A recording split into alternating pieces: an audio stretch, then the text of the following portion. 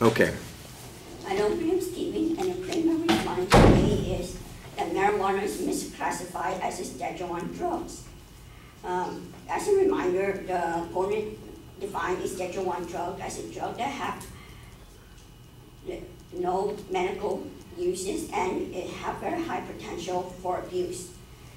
And his claims, secondary claims are, marijuana has many medical uses, and other FDA-approved drugs such as opioids and alcohol have higher potential for abuse than marijuana. In response to his first claim, I would say that he does not have enough evidence to support that. He only gives one evidence of one expert testimony from Manuel Guzman, a professor of biochemistry and molecular biology, on how marijuana is effective in treating the symptom of cancer. However, that is just one medical use. You have to show more. Under the first claim, he also claimed that the only thing unhealthy about marijuana is smoking of it. However, I would claim that marijuana is unhealthy whether you smoke, vape, or consume. According to the Colorado government, marijuana contains THC, the substance that makes a person high, and it enters the body whenever one smokes, vape, or consumes marijuana. And it has been shown to cause heart and mental health problems. His secondary claim is that other FDA-approved drugs such as alcohol and opioids have higher potential for abuse than marijuana.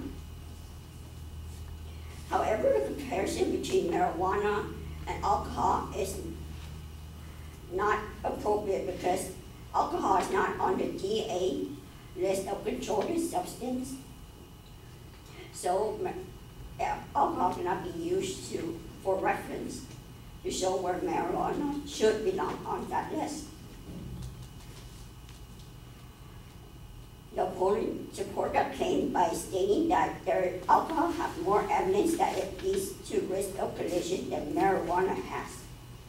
This does not show that alcohol has higher potential for abuse than marijuana. It could just be the case that marijuana users are not getting into as many traffic accidents as alcohol users. Also, while the opponent mentioned opioids in his secondary claim, he provided no evidence for it having higher potential for abuse than marijuana. I would claim that opioids have less potential for abuse than marijuana. The institution on opioids showed that heroin and pain reliever are abused by 0.3 and 4.7% of people of ages 12 and older, while marijuana is abused by 44% of people of ages 12 and older at some point in their life. And to recap,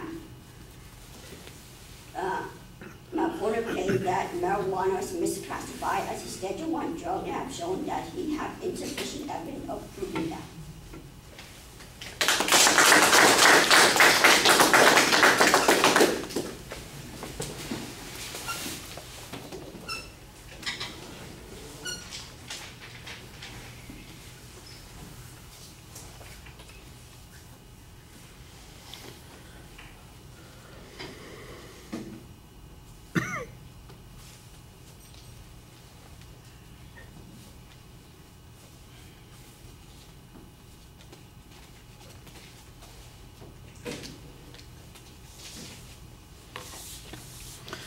All right, well, you recap the argument pretty clearly. We know you remind us of what the Schedule I drug is. You remind us of what the advocate's claims are. You suggest there's a lack of evidence on the first point simply because they only mention a single medical use.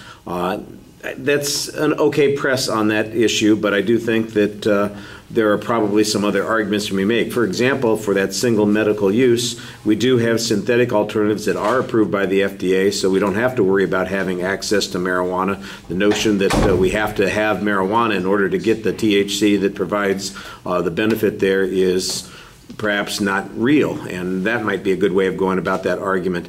Then you make the argument that says marijuana is harmful, and I think that that's a good claim to make, but you just have a very generic piece of information about heart stress and mental health problems, which is pretty inconclusive. There's no statistical information. There's barely anything other than the claim itself to support it. That it comes from the state of Colorado is about the only credibility that we get to support that.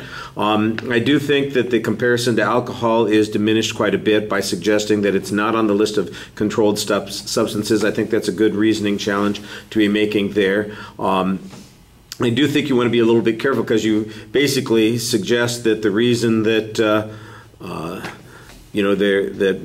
alcohol accidents are more frequent than marijuana accidents is because there are fewer accidents.